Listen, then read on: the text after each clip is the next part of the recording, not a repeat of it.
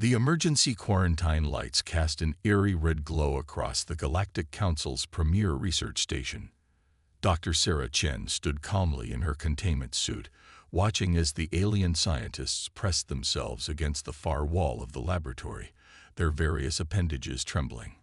The cause of their terror sat innocuously in a sealed container on her workstation, a cluster of bacterial colonies that, to them, represented certain death. "Please," the station's chief researcher, Valka, pleaded through the translator. Their crystalline form flickered with distress patterns. "You must return to isolation. The contamination is completely harmless to humans." Sarah finished, her voice steady. She held up her tablet, displaying the latest test results. "In fact, these bacteria are beneficial to us. They're similar to what we call probiotics on Earth." The assembled alien scientists exchanged looks of horror and disbelief. Sarah understood their reaction. The bacteria they discovered on the frontier world of Nexus 7 had already killed 3 alien research teams. When humanity joined the Galactic Council 6 months ago, this crisis had been their first collaborative project. No one had expected a human scientist to casually walk into a contaminated lab and prove immune to what the Council considered a deadly pathogen. "Impossible," chittered Dr. Rektai, their lead microbiologist. Their insectoid mandibles clicked rapidly, a sign of extreme agitation. "These organisms produce toxins that destroy cellular structures. We've documented their lethal effects across 12 different species." Sarah nodded, pulling up more data on her tablet. "Yes, but human cellular structures are different. We evolved on what you'd call a death world, remember? Our bodies are used to dealing with far more aggressive microorganisms. These bacteria actually help break down certain compounds we have trouble digesting naturally." The revelation sent another wave of murmurs through the alien scientists. Sarah had spent enough time among them to recognize the signs of paradigm shifting. Their worldview was being fundamentally challenged, not for the first time since meeting humans. "Furthermore," she continued, "I believe we can use modified versions of these bacteria to create treatments for several common Council space ailments. My preliminary analysis suggests they could help with nutrient absorption issues in crystalline species like yourself, Velka." The chief researcher's fear pattern slowly shifted to something closer to curiosity. "You would weaponize these killers to heal." Sarah smiled behind her containment mask. "That's what humans do. We adapt. We take challenges and turn them into opportunities. What's deadly to one species might be medicine to another. It's all about understanding the mechanisms and applying them correctly." Over the next several hours, Sarah walked her alien colleagues through her findings. She explained how Earth's history as a biological battleground had given humans unique adaptations. Their bodies were fortresses, defended by complex immune systems, and populated by billions of beneficial microorganisms. What the Council saw as a lethal plague was, to human biology, barely noteworthy. "But this changes everything," Velka said finally, their crystalline form now glowing with excitement rather than fear. "If humans can safely handle these organisms, if you can help us understand and modify them, Earth could become the galaxy's premier center for microbiological research." Sarah finished. "Exactly. We have the facilities, the natural immunity, and centuries of experience in bacterial engineering. We could help develop treatments for diseases that have plagued Council species for millennia." Dr. Rektai had gradually moved closer to Sarah's workstation, scientific curiosity seemingly overcoming their initial terror.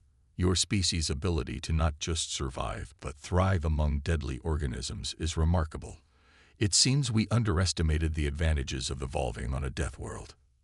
Sarah began preparing samples for more detailed analysis. "That's the thing about coming from a harsh world.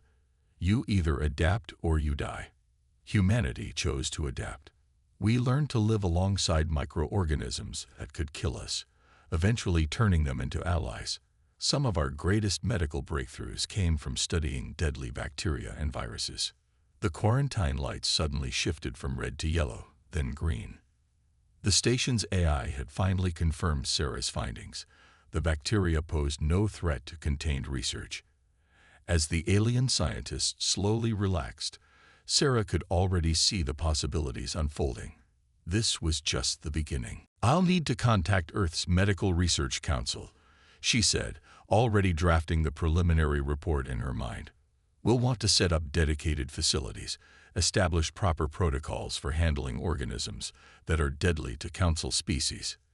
"You seem excited by this prospect," Velka observed, their crystalline form reflecting the now normal lighting in rainbow patterns. Sarah smiled, this time removing her containment mask so they could see it. "Of course I am. This is what humans live for, taking something challenging and turning it into an opportunity to help others. We spent thousands of years learning to survive alongside deadly microorganisms. Now we can use that knowledge to benefit the entire galaxy." As she began outlining plans for Earth's first galactic-scale medical research facility, Sarah reflected on humanity's unique position.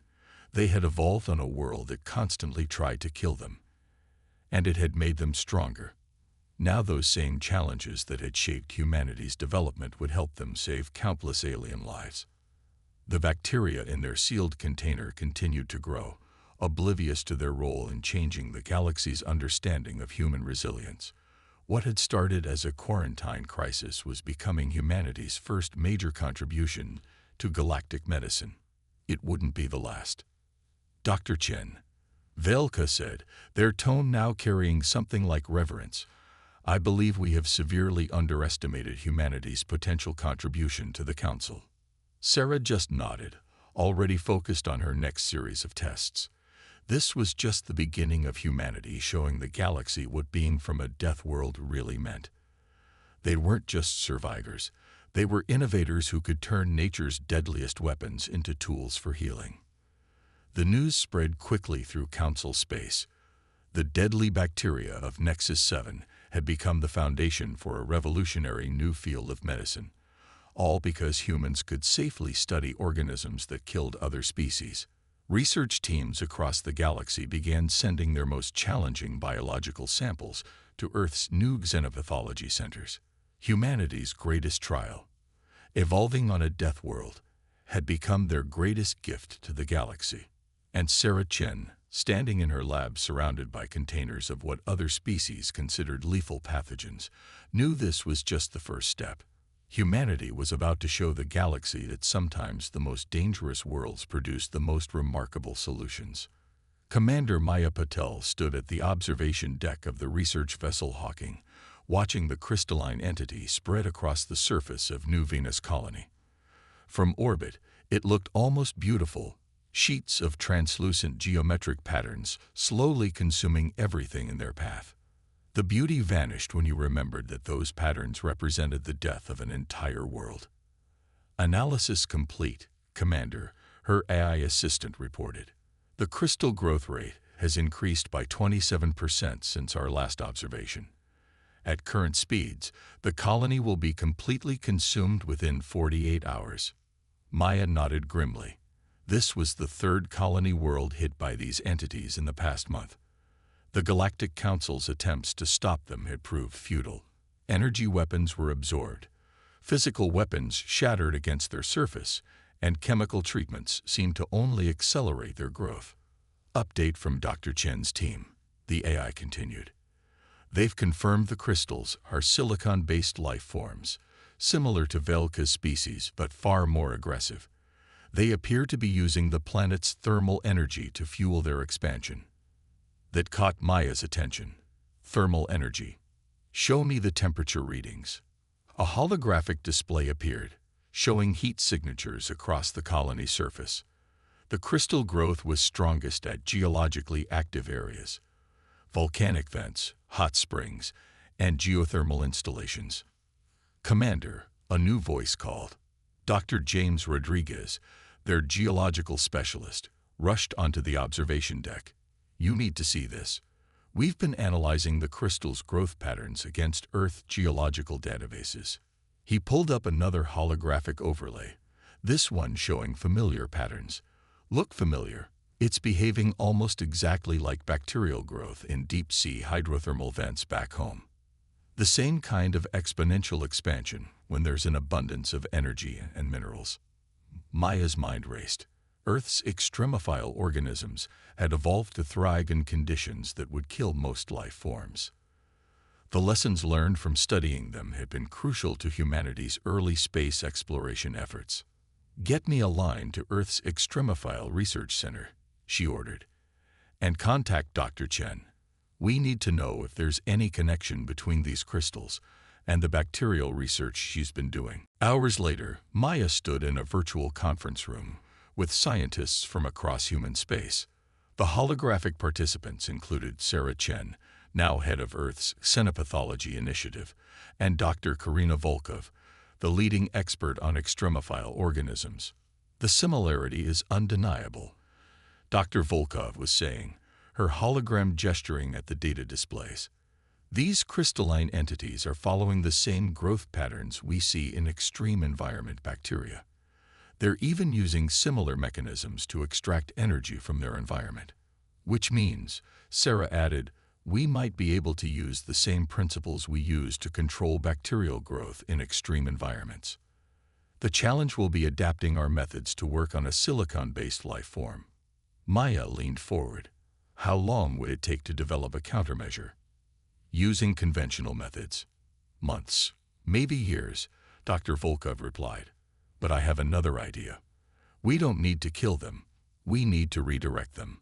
On Earth, we use certain bacteria to control the growth of others in extreme environments. It's all about creating the right competitive pressure." "You want to introduce a competing silicon-based life form?" Sarah asked, her eyes widening. "That's actually brilliant. Velka's people might be able to help with that. They understand silicon-based biology better than anyone." Maya watched the scientists brainstorm, a plan taking shape. Humanity's experience with extreme environments was about to become a crucial advantage. While other council species saw only an unstoppable threat, humans saw patterns they'd been studying for centuries. Within days, a new research station was established in Earth orbit. Velka and a team of their finest crystalline scientists worked alongside human experts in extremophile biology. They began engineering a new form of silicon-based life, one that would compete with the hostile entities for energy and resources. "It's remarkable," Velka commented to Maya as they watched the first trials. "Your species takes such pride in surviving harsh conditions. Now you're teaching others how to use those same survival mechanisms." The test chamber contained a small sample of the crystal entity, carefully contained behind multiple force fields. As they watched, the engineered crystals they'd created were introduced. The two forms met, intersected, and began a microscopic battle for resources. "That's humanity's real strength," Maya replied. "Not just surviving, but understanding how survival works. Everything that tried to kill us became a teacher." The preliminary results were promising. The engineered crystals successfully competed with the hostile entities, slowing their growth and eventually forcing them to become dormant. It wasn't a perfect solution. The treatment would take time to work on an infected planet, but it was more than anyone had achieved so far. As Maya prepared the report for the Galactic Council, she reflected on humanity's unique perspective. They had evolved on a planet where extreme conditions were normal, where life found ways to thrive in the most hostile environments imaginable. That experience was becoming increasingly valuable in a galaxy full of new challenges.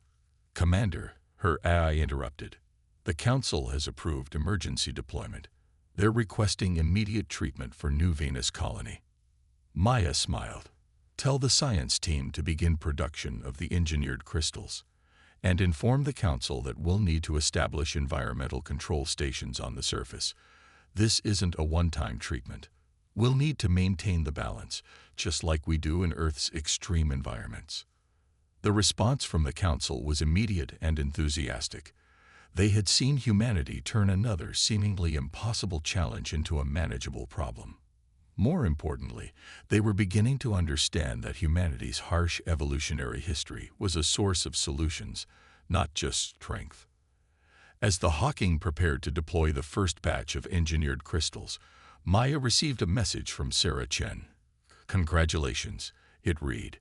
"First bacterial medicine, now crystal environmental engineering. We're showing the galaxy that Death World survival skills have more applications than anyone imagined." Maya watched as the deployment pods launched toward New Venus's surface, carrying humanity's latest contribution to galactic problem-solving. They had taken the lessons learned from Earth's most extreme environments and applied them to save alien worlds. It was what humans did best: adapt, understand, and turn survival knowledge into solutions. The crystal entities had emerged as an unstoppable threat, but they had never faced a species that treated extreme conditions as normal. Humanity's experience with Earth's harshest environments was becoming their greatest asset in space, and as Maya watched the treatment begin to take effect on New Venus's surface, she knew this was just another example of how humanity's greatest challenges had prepared them to help protect the galaxy. "Begin documentation of the treatment process," she ordered. "The Council will want to establish similar programs on other worlds. It's time to teach the galaxy how Death World survivors handle environmental challenges." Dr. Raj Kumar wiped the sweat from his brow as he studied the holographic display showing radiation levels around the Centauri Gateway. The massive structure, humanity's first faster-than-light portal, was supposed to be their crowning achievement in galactic engineering. Instead, it had become their biggest crisis. "The radiation surge is getting worse," his assistant AI reported. "The quantum field fluctuations are creating new isotopes we've never seen before. Council ships can't get within 10,000 kilometers without their crews suffering severe radiation damage." Raj nodded grimly. The Gateway project had been ambitious, perhaps too ambitious. They discovered a way to bend spacetime using controlled quantum fluctuations, but the process generated intense radiation that their alien allies couldn't handle. Even with their advanced shielding technology, Council species were far more sensitive to radiation than humans. "Dr. Kumar," the voice belonged to Zax 427, the Council's chief science advisor. The alien's environmental suit was far bulkier than the simple radiation gear Raj and his human colleagues wore. "The Council is considering shutting down the project. The radiation risks are manageable," Raj interrupted, pulling up new data streams. "Look at these readings. The radiation isn't random. It's following patterns. We're just not seeing them clearly yet."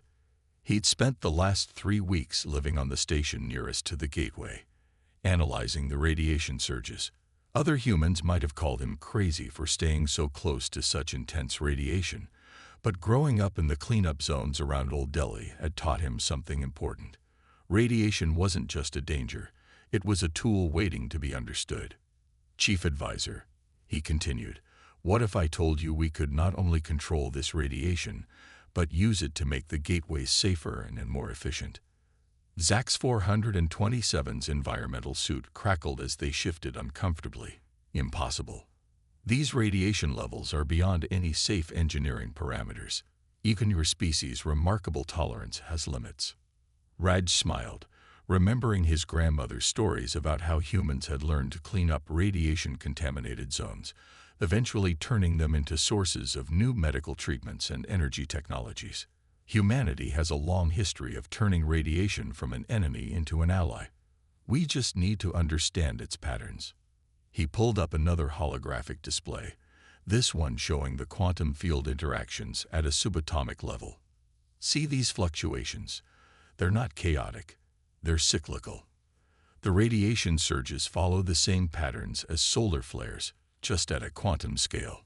Over the next several hours, Raj explained his theory to an increasingly intrigued audience of human and alien scientists. The radiation wasn't just a byproduct of the Gateway's operation. It was an integral part of the space-time bending process. Rather than trying to shield against it, they needed to work with it. "It's like surfing," he explained, using an analogy that made his alien colleagues tilt their heads in confusion. "You don't fight the wave, you ride it. We can design systems that synchronize with the radiation pulses, using their energy to stabilize the quantum fields." The next few weeks saw a flurry of activity around the gateway. Human engineers, already adapted to working in high radiation environments, began modifying the structure systems. They installed new quantum resonators designed to harmonize with the radiation pulses, turning deadly energy into useful power. Remarkable, Zax 427 commented, watching through heavy shielding as human workers moved efficiently through radiation zones that would kill most council species instantly. Your species doesn't just tolerate radiation. You've learned to understand it at a fundamental level. Raj nodded, making final adjustments to the control systems. We had to. Earth's history is full of radiation-related disasters. Each one taught us more about how radiation works, how it affects different materials, how it can be controlled and even harnessed. The first test of the modified gateway system came a month later. The assembled council representatives watched from a safe distance as Raj and his team activated the quantum fields. The radiation sensors spiked, but instead of spreading outward, the energy was caught in the new resonator network, feeding back into the gateway's power systems. Energy efficiency up by 300%, the AI reported. Radiation containment at 99.8%. The quantum fields are more stable than in any previous test. Cheers erupted from the human engineering team. Raj watched the data streams with satisfaction, seeing the radiation pulses flow through the system exactly as he predicted. They hadn't just solved the radiation problem. They'd turned it into the gateway's greatest strength. The Council will want to implement these modifications across all planned gateway installations, Zax 427 said, their voice filled with what Raj had learned to recognize as awe. But we lack engineers who can work safely in these conditions. Then we'll teach you, Raj replied. Humanity has centuries of experience in radiation safety protocols. We can train your people, develop better shielding systems, create new safety procedures. This is what humans do. We take dangerous knowledge and make it accessible to others. As the gateway hummed with stable energy, Raj began drafting plans for a new training program. Earth would establish radiation engineering academies, teaching council species how to work safely with the very forces they had once feared. Humanity's hard-won knowledge about radiation would help make faster-than-light travel safe for the entire galaxy. Dr. Kumar, his AI interrupted, incoming message from Dr. Chen at Xenopathology. She's requesting consultation on radiation-resistant bacteria found in the gateway's quantum field effect radius. Raj laughed. Of course, Sarah would be interested in this. They'd just discovered an entirely new radiation-based ecosystem. First bacterial medicines, then crystal environmental engineering, and now radiation harmonizing technology. Humanity's survival adaptations were becoming the foundation of a technological revolution. Tell her, I'll send the data right away, he replied, and informed the Council that we're ready to begin full-scale gateway operations. It's time to show the galaxy that radiation isn't just something to fear. It's a tool waiting to be mastered. The gateway's quantum fields pulsed with controlled energy, each radiation surge now working in harmony with the engineering systems. Humanity had taken something that terrified other species and turned it into the key to faster-than-light travel. It was a pattern they were getting used to, their harsh evolutionary history becoming the source of solutions to the galaxy's greatest challenges. As Raj prepared to present his findings to the Council's Science Division, he reflected on how far humanity had come. They had survived nuclear disasters, learned to clean up radiation zones, and eventually mastered atomic engineering. Now those same skills were helping them build bridges across the stars. The very forces that had once threatened to destroy humanity had become their greatest gifts to the galaxy. Begin preparation for the first official gateway transit, he ordered. Let's show the Council that sometimes the most dangerous forces in nature become the most powerful tools, if you're brave enough to understand them. Dr. Marcus Williams had seen fear before, but never like this. The alien refugees crowded in the Earth's orbital station's medical bay were practically catatonic, their various physiologies showing clear signs of severe psychological trauma. Even Valka, normally composed and analytical, trembled uncontrollably, their crystalline form clouded with distress patterns. They came from nowhere. Valka whispered, their voice translation system barely functioning. They got into our minds, fed on our terror. We couldn't stop them. Marcus checked the neural scanner readings again. The refugees' brain patterns showed signs of intense psychic assault, something humanity had theorized about but never encountered until now. The attackers, which the Council called the Void Hunters, were apparently psychic predators who fed on fear itself. Dr. Williams, his AI assistant, interrupted. Incoming transmission from the defense fleet. The Void Hunters have been detected approaching the Sol system. Estimated arrival: 48 hours. Marcus nodded grimly. They'd been preparing for this since the first refugees arrived. Earth's best psychologists, neurologists, and meditation experts had been working around the clock to understand what they were facing. How are the human test subjects responding? He asked, turning to Dr. Aisha Rahman, their lead neuropsychologist. Aisha pulled up the latest test results. Fascinating results, actually. The simulated psychic attacks that devastated Council species barely register on human subjects. Our brains process fear differently, probably because of our evolutionary history. Marcus understood. Humans had evolved as prey animals that became predators, developing complex fight-or-flight responses and the ability to function under extreme stress. Fear wasn't just an emotion for humans. It was a survival tool. Look at this, Aisha continued, showing brain scan comparisons. When Council species experience fear, their neural patterns become chaotic, making them vulnerable to psychic feeding. But human brains actually become more focused under fear and stress. We don't just resist terror, we use it. A new figure joined them, General Sarah Chen, formerly Dr. Chen, now heading Earth's Psychic Defense Initiative. Her experience with biological adaptation had proved invaluable in understanding mental defenses. The Council never developed psychological resilience like ours, Sarah explained. Their worlds were too safe. But humans, we grew up telling scary stories around campfires. We turn our fears into entertainment. We deliberately seek out frightening experiences for fun. Marcus watched the readings from another group of refugees undergoing treatment. Human therapists were teaching them meditation techniques, exposure therapy methods, and stress management strategies developed over centuries of dealing with trauma. It's not just that we resist fear, he realized. We process it, learn from it, adapt to it. Our entire civilization is built on facing our fears and moving forward anyway. The next hours were a flurry of activity. As the Void Hunters approached, Earth's defense strategy took shape. It wasn't based on weapons or shields, but on something uniquely human: psychological warfare. We're not just going to resist them, Sarah announced to the assembled human and alien leaders. We're going to give them more fear than they can handle, but not the kind they expect. The plan was audacious. Thousands of human volunteers, including experienced horror writers, psychological warfare experts, and people who had faced real-world trauma, would project their experiences toward the Void Hunters.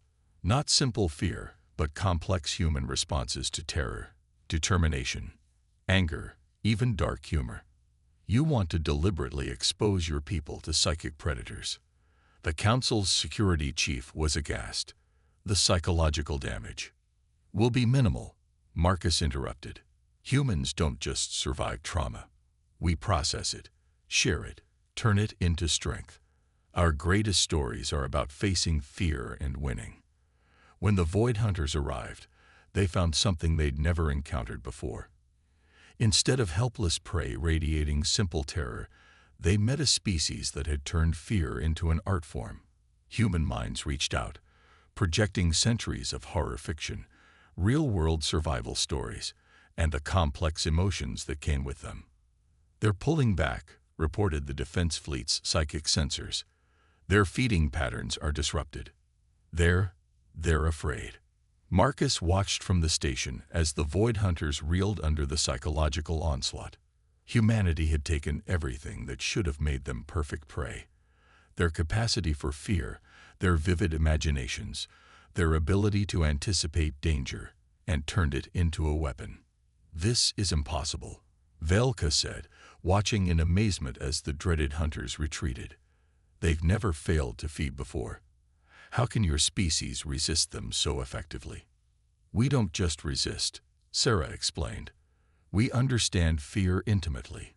It's shaped our art, our literature, our entire psychology. The Void Hunters expected simple terror, but we gave them complexity they couldn't process." In the aftermath, Earth established a new academy. Human psychological experts began teaching other species how to build mental resilience, how to process and understand fear rather than just experience it. The techniques humans had developed to deal with anxiety, PTSD, and other trauma responses became valuable tools for species facing psychic threats. "It's remarkable," Aisha commented to Marcus as they watched a group of alien students learning meditation techniques. "What other species see as our greatest vulnerability, our capacity for fear and trauma, has become one of our greatest strengths." Marcus nodded, reviewing the latest data from their psychological defense programs. "That's the human way, isn't it? We take our wounds, our fears, our nightmares, and we turn them into tools for survival. We don't just endure, we learn, adapt, and teach others to do the same." The species that had turned fear itself into a weapon, whose minds were fortresses built from generations of facing and understanding their own terrors. Humanity's psychological resilience had proved as valuable as their biological adaptations and engineering skills. "Begin the next phase of training," Marcus ordered, watching as another group of refugees arrived for psychological defense training. "It's time to teach the galaxy that fear isn't just something to run from. It's something to understand, process, and overcome." As he prepared for another session, Marcus reflected on humanity's unique journey. They had evolved on a world that taught them to fear, but also taught them to face that fear and keep moving forward. Now those lessons would help protect the entire galaxy from threats that attack the mind itself. "Send word to the Council," he told his eye. "Tell them we're ready to establish psychological defense centers in all major systems. It's time to show the galaxy that sometimes the species that knows fear best is the one most qualified to fight it." The viewing chamber of Earth's Grand Council Embassy was packed with representatives from across the galaxy. The massive holographic display showed a sight many had thought impossible: the first successful terraform of a death world.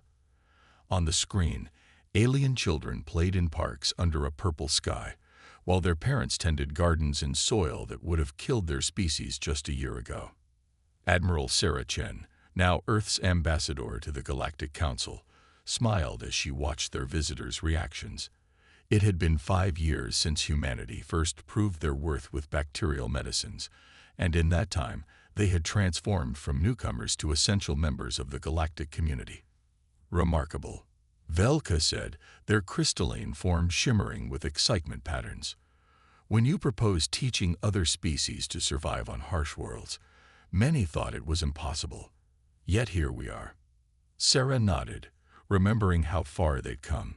After helping species survive biological threats, environmental catastrophes, radiation challenges, and psychic predators, humanity had taken on their greatest challenge yet: teaching other species how to thrive in hostile environments. Ambassador Chen, her eye announced, "Dr. Kumar and Dr. Williams have arrived with the latest adaptation reports." Raj and Marcus entered the chamber, both now showing the signs of years spent working on challenging projects.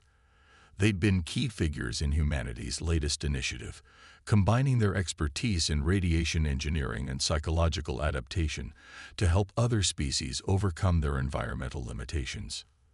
"The neural recalibration techniques are exceeding expectations," Marcus reported, pulling up new data streams.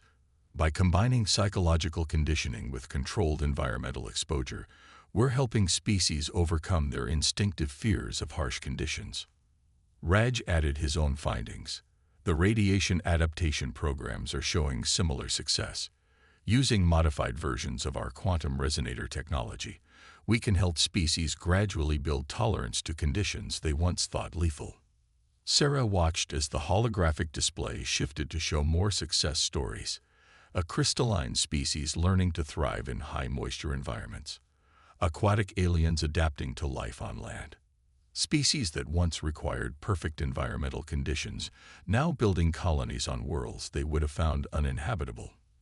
"You've done more than help us survive harsh conditions," Velko observed. "You've taught us how to adapt, how to embrace challenge as opportunity. Like you did. That's humanity's real gift to the galaxy," Sarah replied. "Not just our strength or resilience, but our understanding of how adaptation works. Every challenge Earth threw at us taught us something valuable." The chamber's display shifted again, showing the network of training facilities humanity had established across Council space. The bacterial research centers where Dr. Chen had started were now just one part of a vast adaptation initiative. There were radiation engineering academies, psychological resilience centers, and environmental adaptation facilities. "We've received requests from 17 more species wanting to join the adaptation program," Marcus reported. "They've seen the success stories. They want to learn how to thrive in conditions they once feared." Sarah wasn't surprised. Humanity had shown the galaxy a new way of thinking about harsh conditions. Instead of avoiding challenges, they taught others to face them, understand them, and grow stronger from them. "Show them the Genesis Project results," she requested. The display changed to show their most ambitious project yet, a program to help species terraform and adapt to worlds they once considered death worlds. It combined everything humanity had learned about survival and adaptation into a comprehensive system for expanding the habitable frontier of space. "The first wave of colonies is already self-sustaining," Raj explained. "We're using modified bacteria to prepare the soil, quantum field technology to manage radiation levels, and psychological conditioning to help colonists adapt to their new homes. But more importantly," Marcus added, "we're teaching them to continue adapting on their own. Each success teaches us more about how different species can overcome their limitations." Velko's form pulsed with thoughtful patterns. "When humanity first joined the Council, many feared your strength would make you conquerors.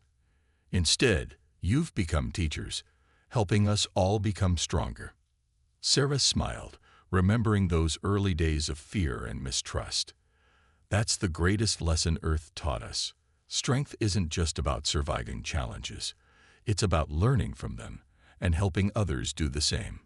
The chamber filled with new arrivals as more Council representatives came to see the results of humanity's adaptation programs. Sarah recognized species that had once feared everything about humans now eagerly learning their survival techniques. "Begin the next phase," she ordered. "It's time to expand the Genesis Project to include more challenging worlds. Show them how humanity turned a death world into a cradle of life." As the representatives discussed the future of the program, Sarah reflected on humanity's journey. They had evolved on a world that constantly tried to kill them, developed countless ways to survive, and now were teaching those same skills to the galaxy. Through bacterial adaptation, they had shown that what kills one species might help another. Through crystal engineering, they proved that understanding extreme environments was the key to controlling them. Through radiation mastery, they demonstrated that the most dangerous forces could become the most useful tools. Through psychological resilience, they taught that facing fear was the first step to overcoming it. "Ambassador," her eye interrupted, "the Council is requesting a full presentation on the Genesis Project. They want to make it a primary initiative for galactic expansion." Sarah nodded, already preparing her thoughts. She would tell them about Earth, about how every challenge they faced had prepared them for this moment. How humanity's greatest strength wasn't their physical adaptations or their technological innovations, but their ability to learn, adapt, and teach others to do the same. "Tell them I'll be ready," she replied. "It's time to show the galaxy that evolution's greatest gift isn't just the ability to survive, but the ability to help others thrive." The holographic display showed more success stories. species learning to overcome their limitations, colonies flourishing on worlds once thought uninhabitable, ancient enemies working together to face common challenges. Humanity had taken everything their harsh world had taught them and turned it into a gift for the galaxy. They were evolution's children, born of a world that never stopped challenging them. And now they would help the entire galaxy evolve, one adaptation at a time. "Begin documentation for the next phase," Sarah ordered.